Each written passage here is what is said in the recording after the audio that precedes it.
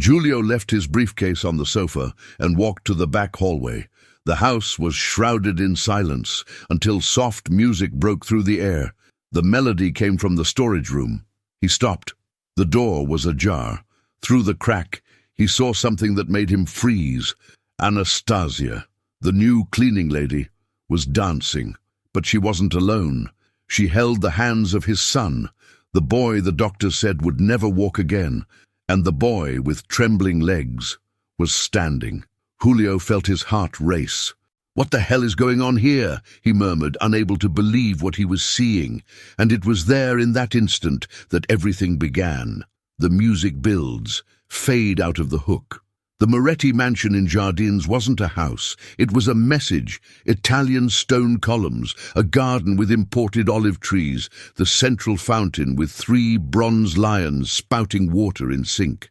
Everything conveyed the same message. Can behind the facade of a construction and logistics company, Julio Moretti moved containers, ports, and people. Wherever ships docked and spreadsheets didn't add up, he was there. But the heart of that empire had been beating weakly since the accident. Caterina, his wife, passed away one night on a wet road. Matteo, their 11-year-old son, remained. He remained, and at the same time, he didn't. The doctors were precise and cruel, compromised mobility, improbable recovery. Julio hired clinics, brought in specialists from Europe, paid for machines that looked like they came from spaceships. Matteo didn't respond. The house, once full of light, began to fossilize in silence. So the invisible woman he entered. Anastasia Duarte arrived on a drizzly Tuesday, brought by an agency that the housekeeper, Donna Lucia, had known for a lifetime.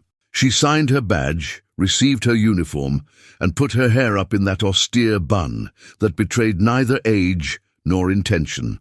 No one noticed when she began to survey the house with her eyes. She seemed merely shy, efficient and quiet, the kind of person the world passes by without noticing. On that first day, Julio bumped into her in the hallway near the collections room, walnut shelves, breathing stories disguised as works of art. He was carrying 2 cell phones. One was vibrating incessantly. "Watch where you're going, young lady. Here, anyone who trips falls hard," he said without even looking at her. She lowered her eyes. She didn't apologize. She didn't answer either. Julio smiled slightly. He had a habit of judging people by their silence and by how that silence crackled. Hers didn't crack. It remained whole, like tempered glass. In the kitchen, Donna Lucia would explain the rules of the game. Schedules, sections of the house, what to clean, what never touch. The Red Library, for example, no one entered there without permission, not even to dust. "Mr. Julio is methodical," the housekeeper explained. "And when I say methodical, I mean really methodical." Anastasia simply nodded, memorizing floor plans, routes, cameras.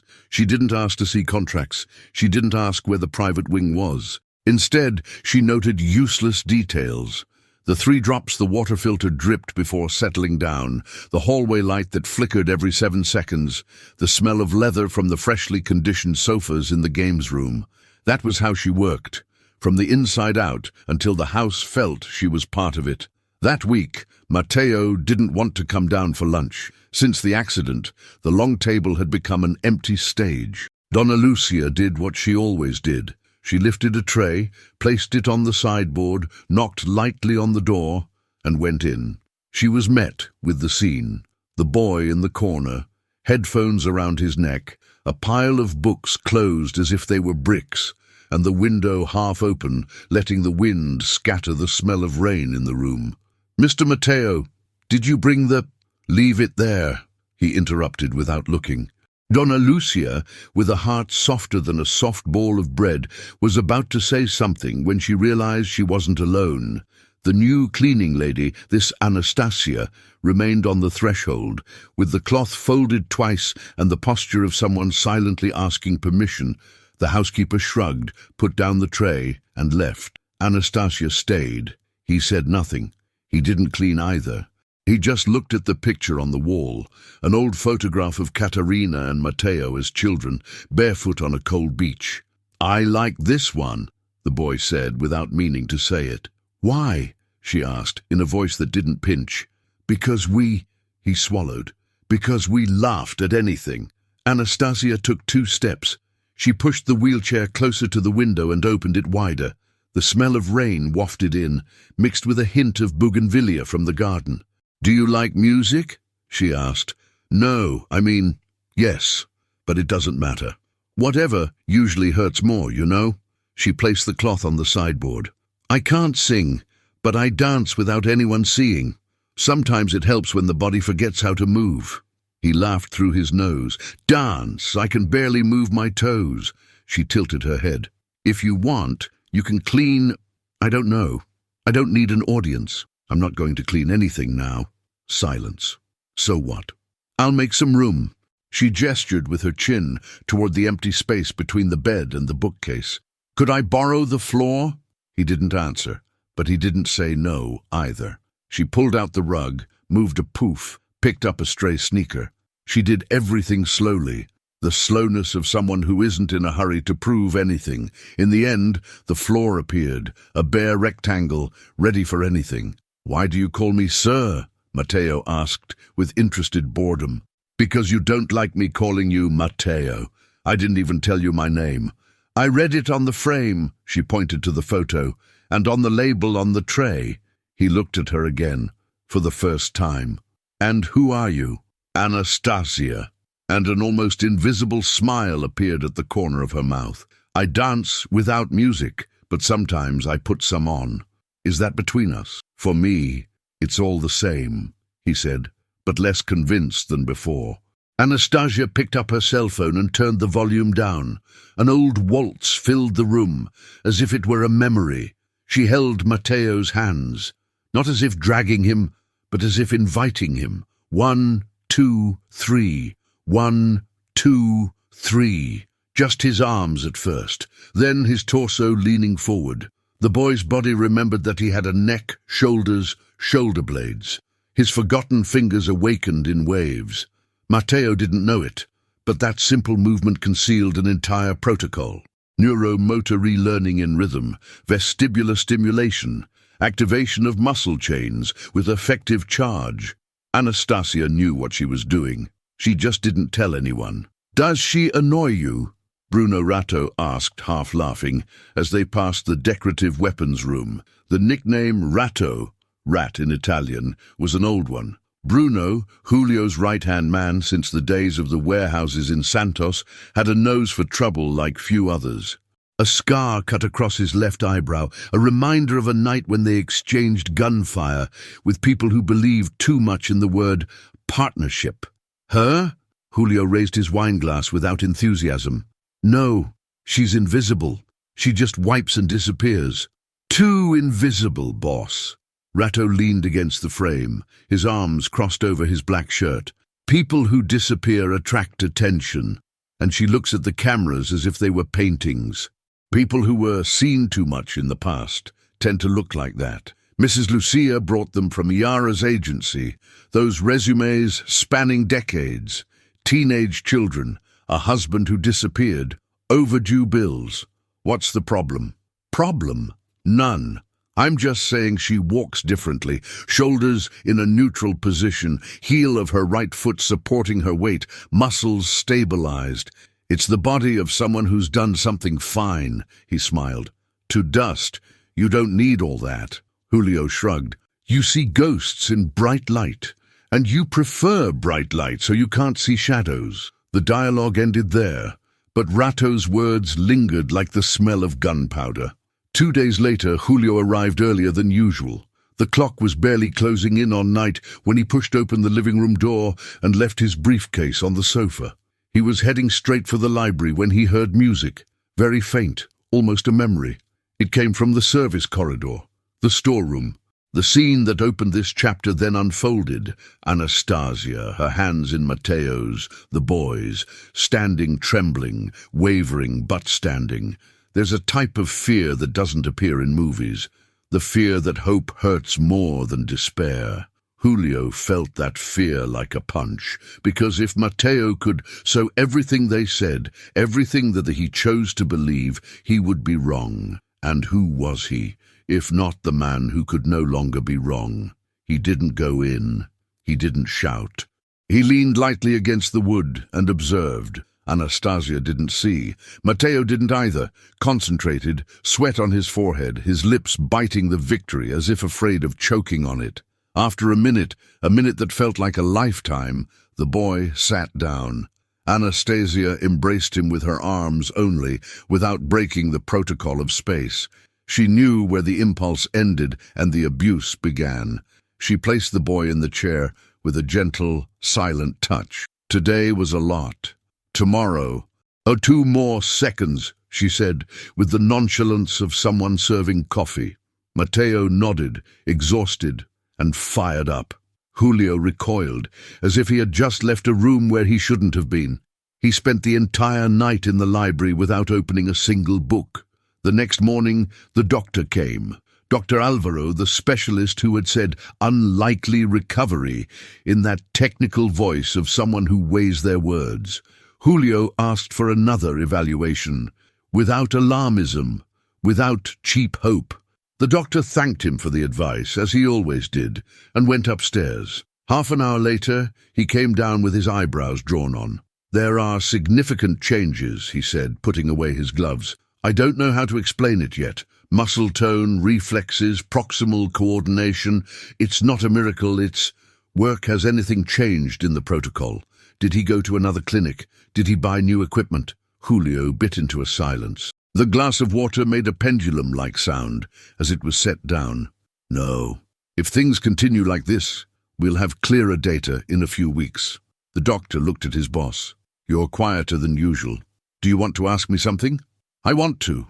Julio rested his wrists on the table. "If a layperson does exercises with it, could it get worse?" "You can," Alvaro said without hesitation. "Because looks the same." "Yes, but it isn't. Without knowledge, the risk is real." "Why the question?" "You're welcome," he said, half lying. In the kitchen, the housekeeper attended to her rituals. Coffee was ready, brioches were warmed, the produce list was in order.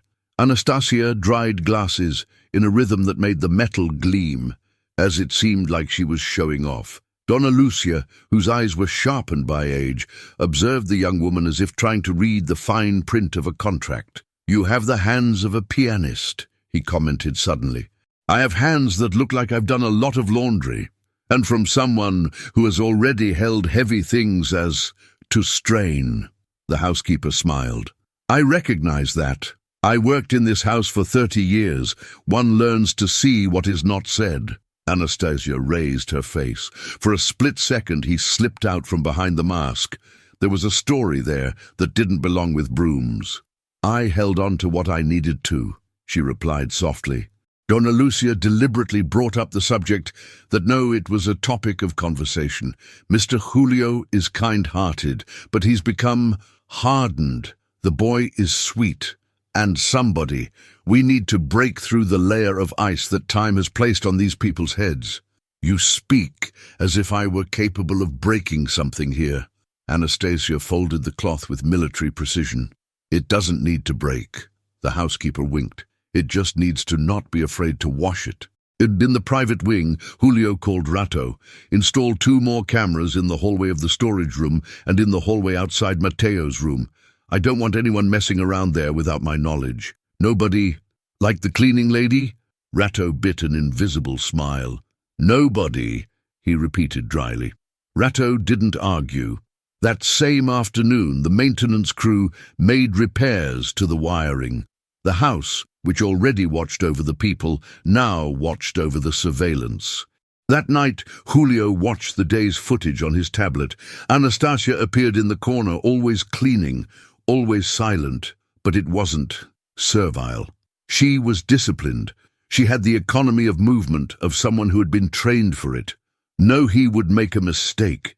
He would pause for 2 seconds in front of each camera, as if looking out a window. He didn't look away. It was keeping time. That's what Julio realized. When she entered the storage room with Matteo, the camera caught a glimpse. Mattresses, elastic bands, a Swiss ball. Nothing that a big house wouldn't have, except for the use. She measured distances with her foot, timing it mentally. She positioned the wheelchair at a specific angle. She adjusted the shelf's height to provide support. He saw the boy stand up. He saw her hands. Support without stealing effort. He saw, above all, calm. There was no improvisation within improvisation. Julio felt anger. At the doctor who said, unlikely. At the physiotherapists who, no, they succeeded. Of themselves, for believing in them. Anger at Onid, that woman he had treated as if she were nobody, and anger at not understanding who the hell she was. Anastasia. The anger wasn't directed at her. It was directed at the mirror that suddenly the whole house turned upside down. The next day, the routine found a new place to sit. Mateo started waking up 15 minutes earlier to get some sun on the balcony. Anastasia would happen to pass by at that time, adjust the pillow under his lower back, check the height of the chair, and ask if he wanted some music. In the afternoon, the warehouse turned into rehearsal room, 2 minutes standing, then 3, then a rest with stretches, laughing at silly things, talking about old movies, cutting the bad words out of your head, like cutting a nail that's grown crooked. The boy began to breathe differently. The air came in as if he had forgotten how to ask permission, and now he was the master of the house. Julio saw from afar, and he also saw something else. Respect Anastasia didn't try to interfere in their lives. She didn't ask. She didn't suggest. She didn't murmur self-help words. She just did. At the end of each session, she kept everything in an order that, if someone needed it, they could find it with their eyes closed. It was the organization of someone who plans for another person to use it someday. Organization of transmission. Ratto, paying close attention to the edges, noticed a detail that wasn't in the images. On Anastasia's left wrist, a line of tattoo, almost faded, appeared when her uniform was pulled up a finger's width.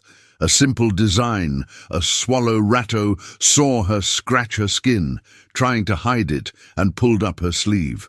Later, in the office, he commented, "That tattoo, boss. Did you see it? What tattoo? A swallow, just one." Ratto drummed his fingers on the arm of the armchair. In Santos, the Duarte family used swallows when they wanted to say, "Come home." But that's an old story. And Duarte. It's a common surname, of course. It might mean nothing. Julio felt a slight shiver, just a streak on his skin. Duarte. Anastasia Duarte. You're seeing things again, Bruno.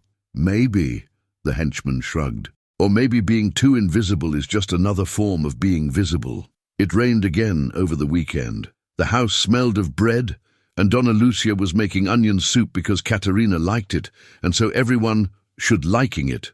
A cooking tradition that becomes law. Mateo was watching an old movie, dubbed badly enough to be funny. Anastasia passed by with her basket of folded clothes, silent as always. She stopped only to, without asking, raise the height of the chair's footrest was 2 millimeters. Mateo noticed. "How do you know these things?" he asked. "What things?" "You come in and change little things that nobody notices, and they improve everything.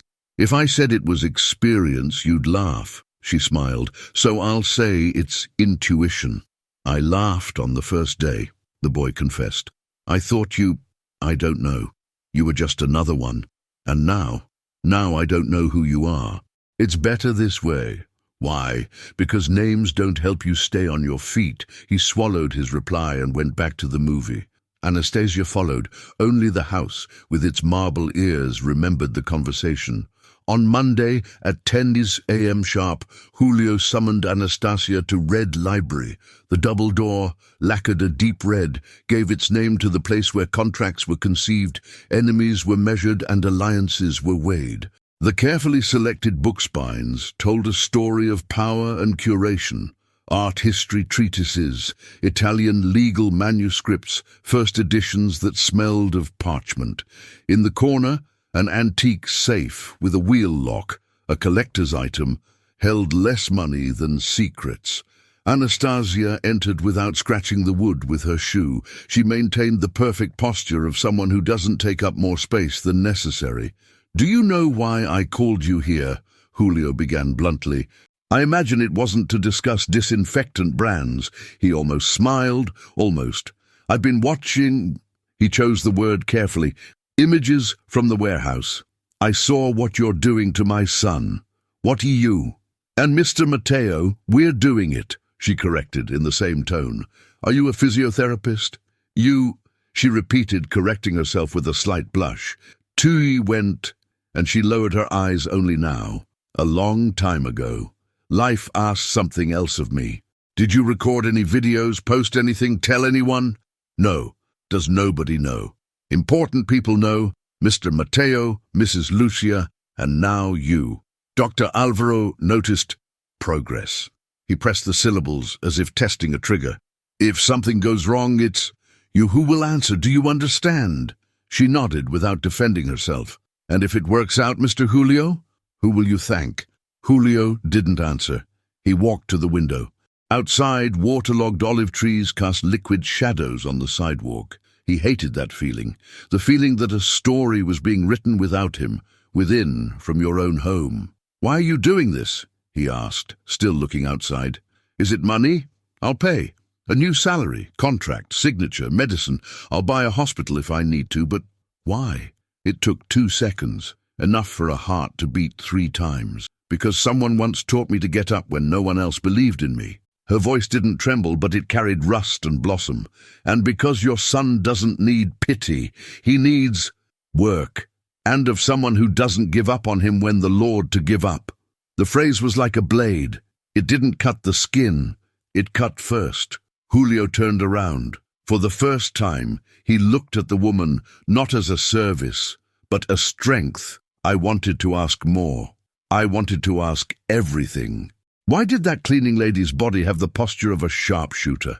Why did that simple voice carry the routine of barracks? Why was a swallow design on the wrist working hidden under a sleeve? But the phone rang. Ratto. He speaks. Boss, there's a rumor about an audit at the port. Big shots. Someone's whispering that one of our bridge companies doesn't exist on paper as it should. And there's more. The union representative asked, by your son, as if he knew the boy had appeared standing up. A short pause. Too much information coming from nowhere. Julio looked at Anastasia. She didn't move. She didn't even blink. I'll be right back, he said to Ratto, and hung up. The conversation isn't over, he warned curtly. I haven't finished the work either, she replied, equally. Anastasia left. The wood of the door breathed again. The house, an accomplice, stood guard. Julio was left alone with his own echo. The port, the union, the audit, the rumor, all on a chessboard that had always been his. And suddenly, a cleaning lady. One. It was moving pieces that he couldn't even see. He opened the old safe, not for money, out of habit. As he turned the wheel, he felt the friction of the gears as if the world were flattening time. He picked up a wooden box, dark, smooth from so much use. Catherine. He had given it to her the night Matteo was born. Inside, there were things a man like him doesn't like to admit he keeps. A ring engraved with J&M, the hospital bracelet, a 10x15 photograph with a white border, and, in a thin envelope, a newspaper clipping. Swallows returned to the dock.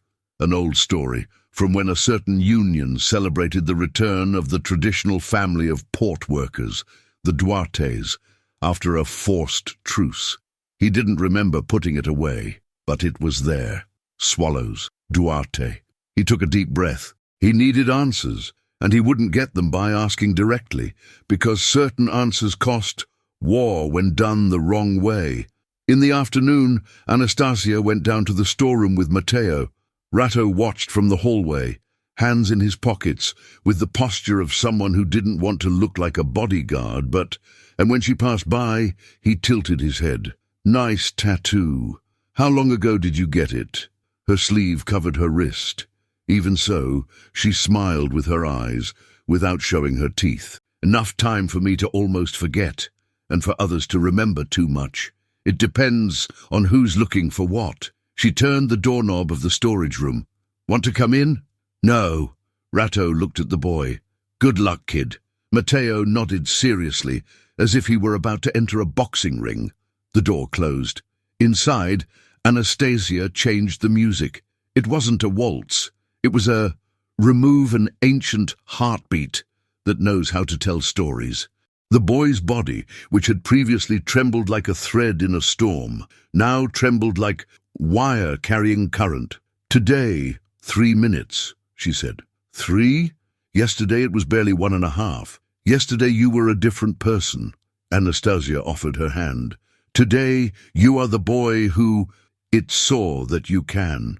1, 2, 3. 1, 2, 3. The world outside was trying to figure out who she was. Inside, she was teaching a body to remember.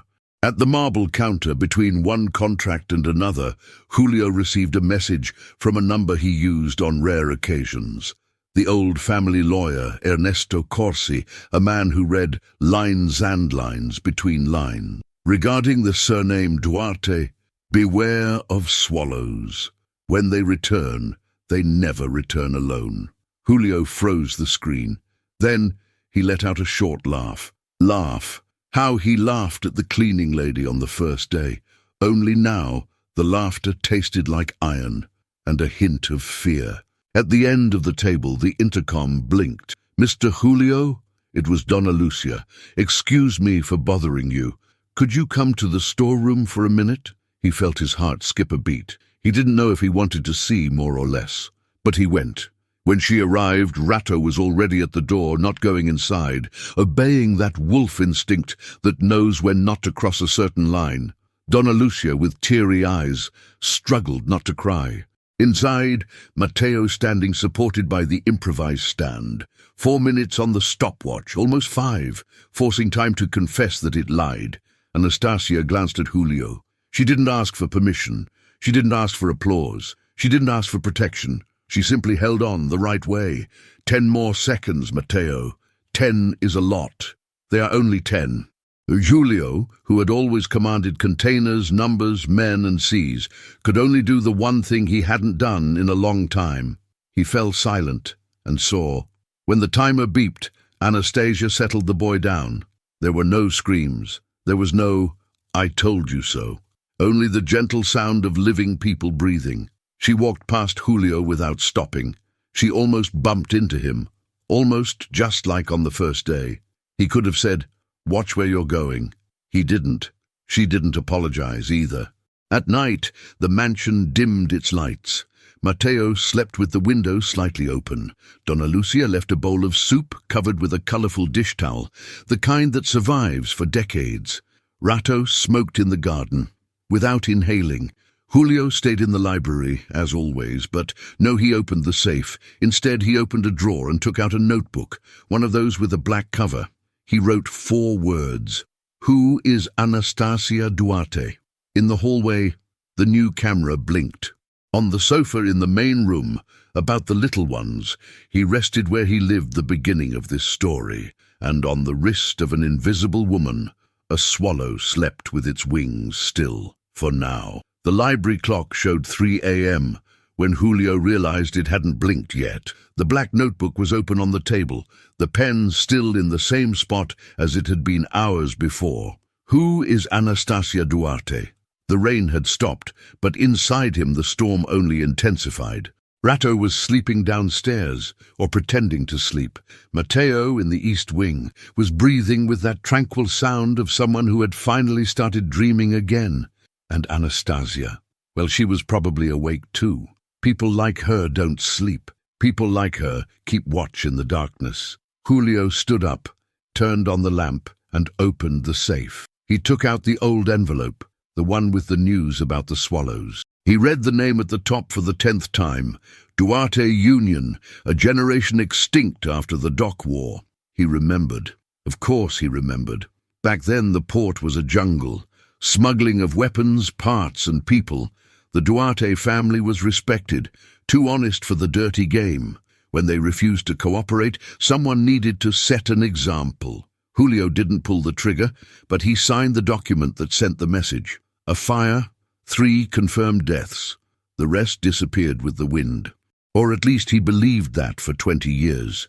Now a woman with the same last name was there, inside his house, teaching his son to walk and to laugh again.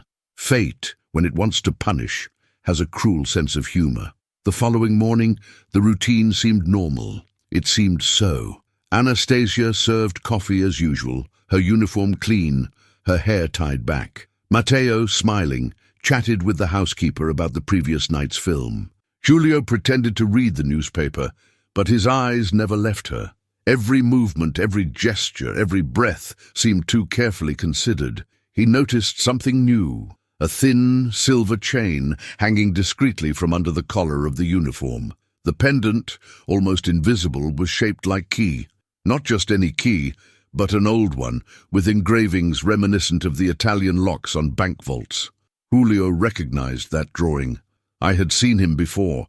He kept the information to himself. It wasn't time for confrontation, yet. Ratto appeared shortly after coffee, with the same air of someone who brought the kind of news that can't be ignored. "Boss, I asked for a background check on the girl," he said, throwing a dossier on the table. "Spotless agency, all paperwork in order, all certificates normal, everything seems perfect. Too much, how? As if someone had written a resume for an angel." Ratto leaned against the table. "But there's a catch," he speaks. "The address she put on the form doesn't exist anymore. The building was demolished 5 years ago. And nobody noticed? The agency doesn't care about zip codes, only references. And the reference she provided died in 2018. Giulio crossed his arms. The air between them grew heavy. "And the last name? Duarte. No direct record, but I found something." Ratto opened his cell phone and showed an old yellowed newspaper photo. "Do you recognize it?" The image showed a woman holding a small child in her lap, next to a man in overalls, all smiling in front of a ship. In the corner of the photo, a name, Lydia Duarte and her daughter, during the Pier Festival, 2003. The girl had honey-colored eyes just like Anastasia's. Giulio felt his stomach clench. "Do you think it's her?" he asked, his voice hoarse. "I think she grew angry enough to come in here on purpose." Silence lingered between the two. "If she wanted revenge, she would have already gotten it," Giulio said finally. "She's inside my house, Ratto, alone, with access to my son, and she still hasn't done anything. Maybe what she wants isn't to kill, boss." The henchman stepped forward. "Maybe she wants to make you feel." The phrase hung in the air like smoke. Giulio didn't answer. He just looked out the window, where Anastasia was walking in the garden with Matteo. The boy was laughing, and Giulio, for the first time, didn't know if he felt envy or fear. In the afternoon, Matteo received an unexpected visitor. Dr. Alvaro came again, brought at Giulio's own insistence. "I want you to repeat the tests," the mobster ordered, "but this time I want everything filmed." "Filmed, yes. I want to see with my own eyes what you see with yours," the doctor agreed without understanding. Anastasia, upon hearing the news, simply took a deep breath. During the examination, Matteo made movements that defied all expectations, reflexes, impulses, support. The body seemed to respond with vigor. In the end, the doctor couldn't contain his astonishment. "Giulio, this is extraordinary." She looked at the boy. "You're moving towards something that I honestly thought was impossible." "It's her, doctor." Matteo smiled. "Anastasia is helping me." The doctor turned his gaze to the woman, intrigued. "And how do you do that, Mrs. Duarte?" Anastasia hesitated. Giulio watched, his eyes like blades. "With patience, doctor, and faith," she finally replied. "Faith doesn't explain neuroplasticity," he retorted, but she only smiled. After the doctor left, Giulio asked Matteo to rest. He waited for the housekeeper to leave and then called Anastasia to the library. "You lied to me," he began, his voice low. "You said you'd given up your profession." "And I gave it up," she said calmly. "But not the knowledge.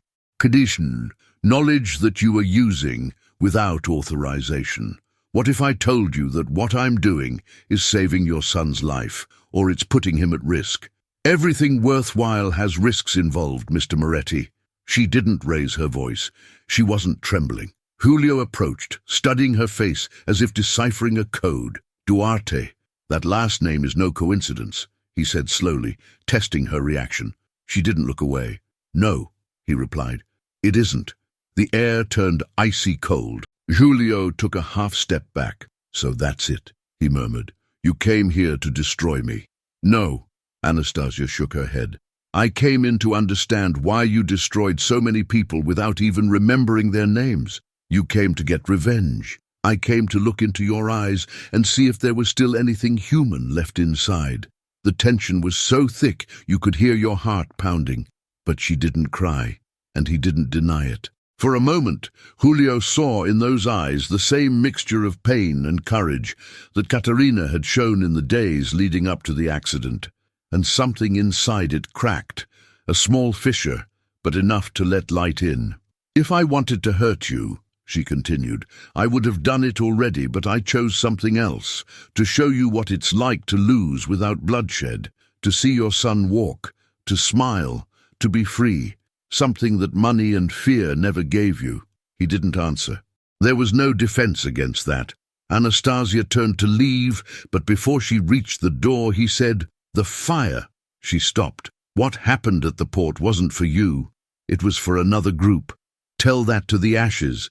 And he left, leaving Julio alone with the weight of his own past. In the following days, the house breathed a new air.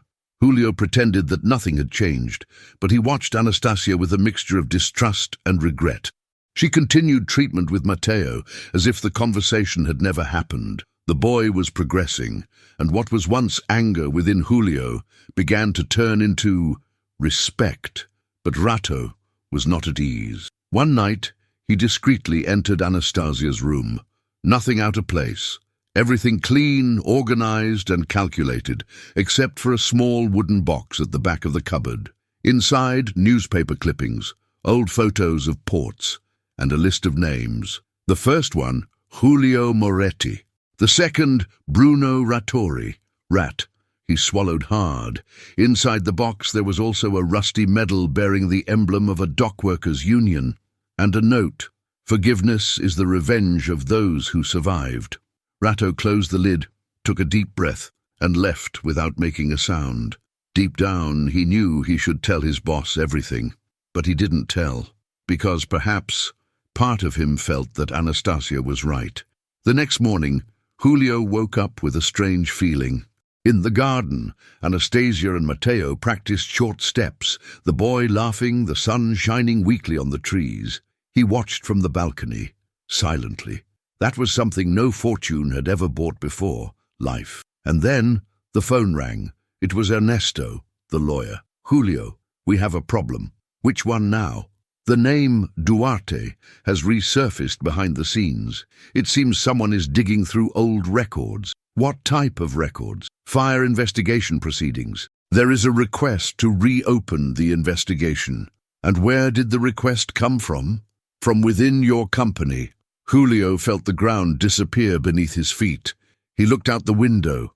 Anastasia was staring at him from a distance, the wind ruffling her bun. And in that look, he perceived something that left him breathless.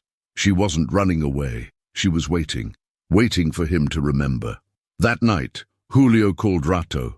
I know, the henchman said, before the boss could open his mouth. I saw the box, I saw the clippings. She knows everything, and you didn't tell me.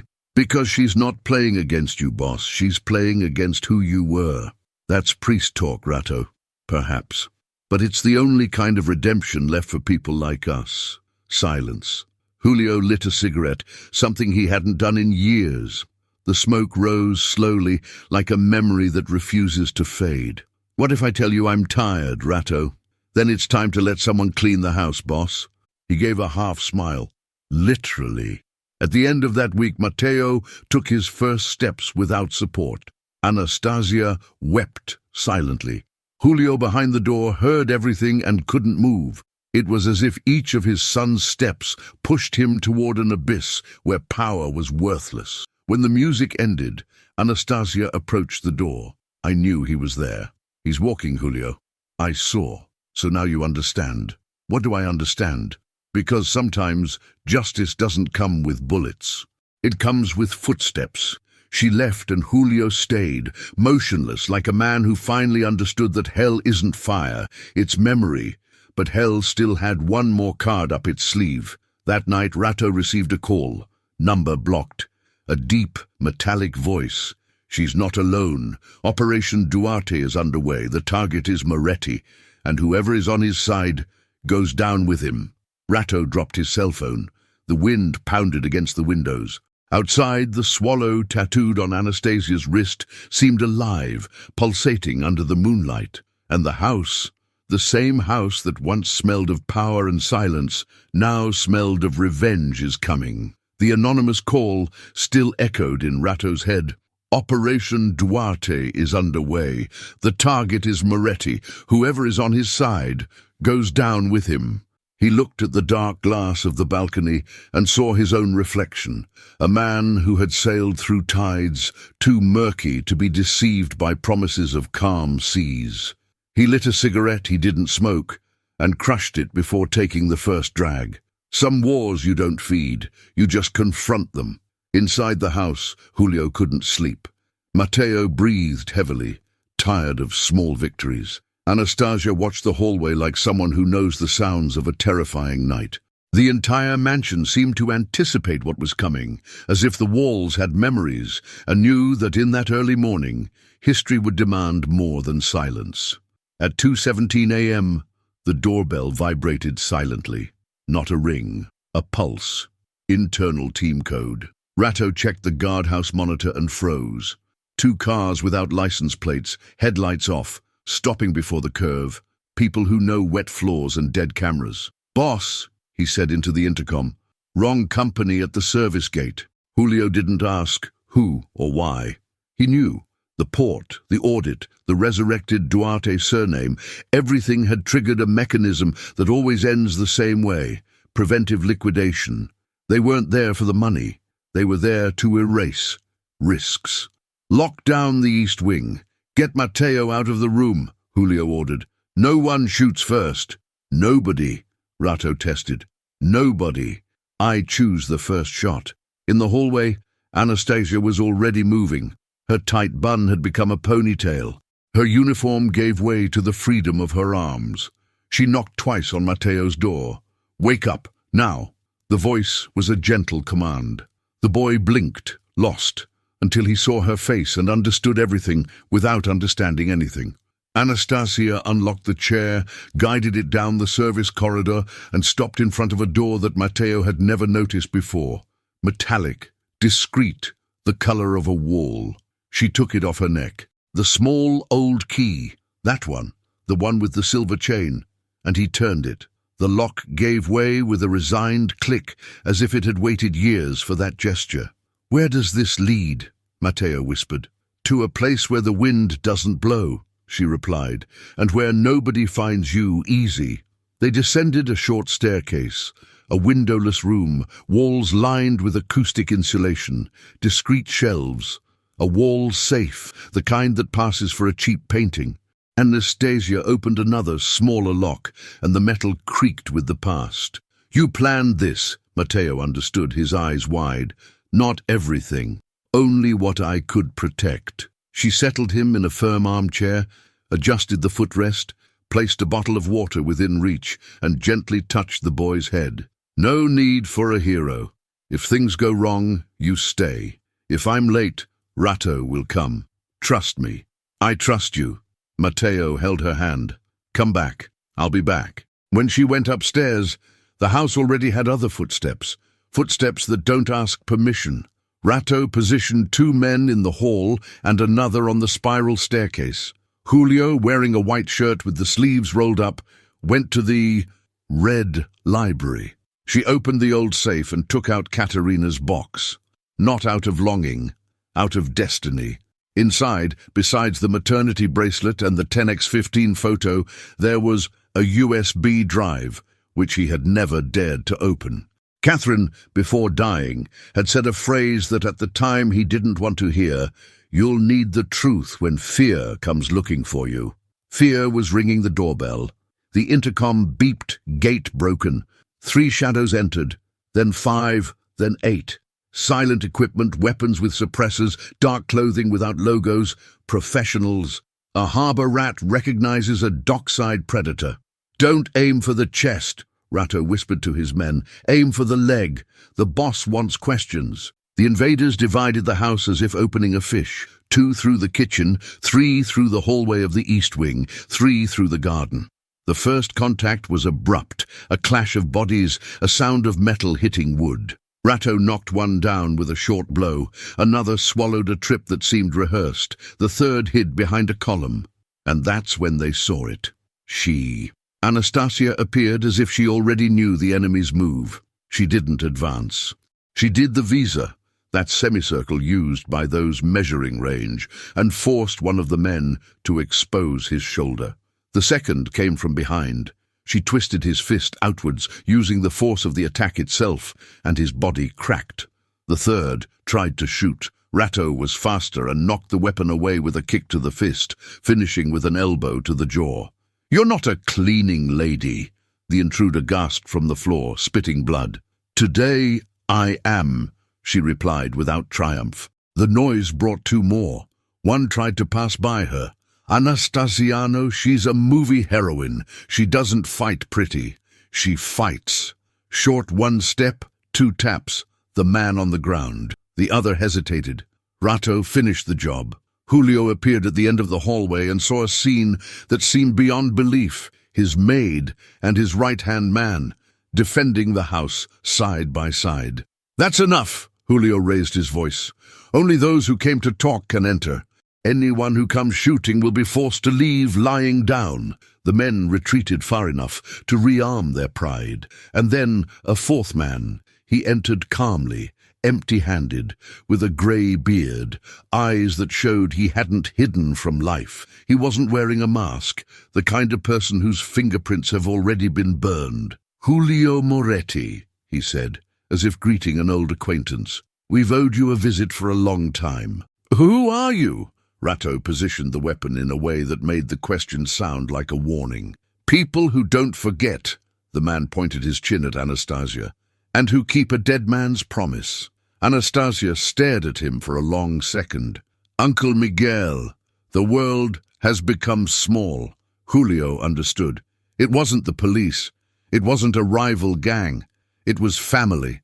"You brought an armed man to my son's house," Julio said without raising his voice. "Then tell me," looking me in the eyes. "Why?"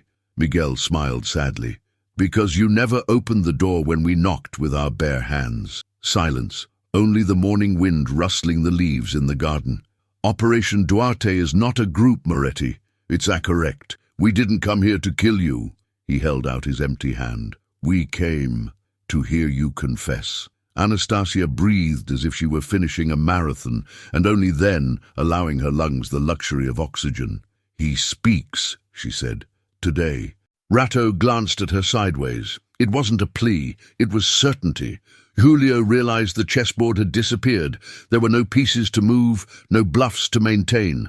All that remained was what he had avoided his entire life. True. "I signed the doc papers." The sentence came out like an old bullet, slow and heavy.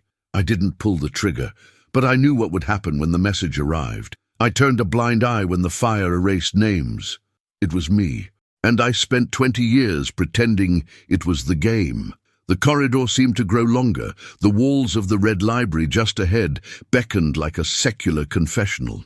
"But today," Julio continued, "my son is walking, and it was a Duarte who helped him get on his feet. I can buy a court, a port, and silence, but I'm not buying it." He pointed to his chest. "I won't even buy back what you've lost." No one said forgiveness. No one applauded. It wasn't a night for cheap catharsis. It was a night of... Correct. "Come in," Julio indicated the library. "Everyone. No weapons pointed, and turn on the camera." Miguel hesitated. He looked at Anastasia. She nodded. They went inside. The camera rested on a stack of books. The warm light cast honest shadows. Julio opened the old safe, placed Katerina's little box on the table, and silently took out the pen drive, connecting it to a small interface that Ratto had brought. On the screen appeared Spreadsheets, email exchanges, authorizations, bridge contracts, the map of the dirt, with signature. Katerina kept this, he said. It seems she always knew that one day I would have to clean it. She always knew, Rato murmured. Julio began to speak, not as a lawyer but as a man. Dates, names, cargo regulations, warehouses, the 3 nights when the docks turned red. The video recorded everything. Miguel asked short questions. Anastasia, silent, didn't take her eyes off the man she had come to see, judge without killing. And why now? Miguel asked finally. Why did you decide?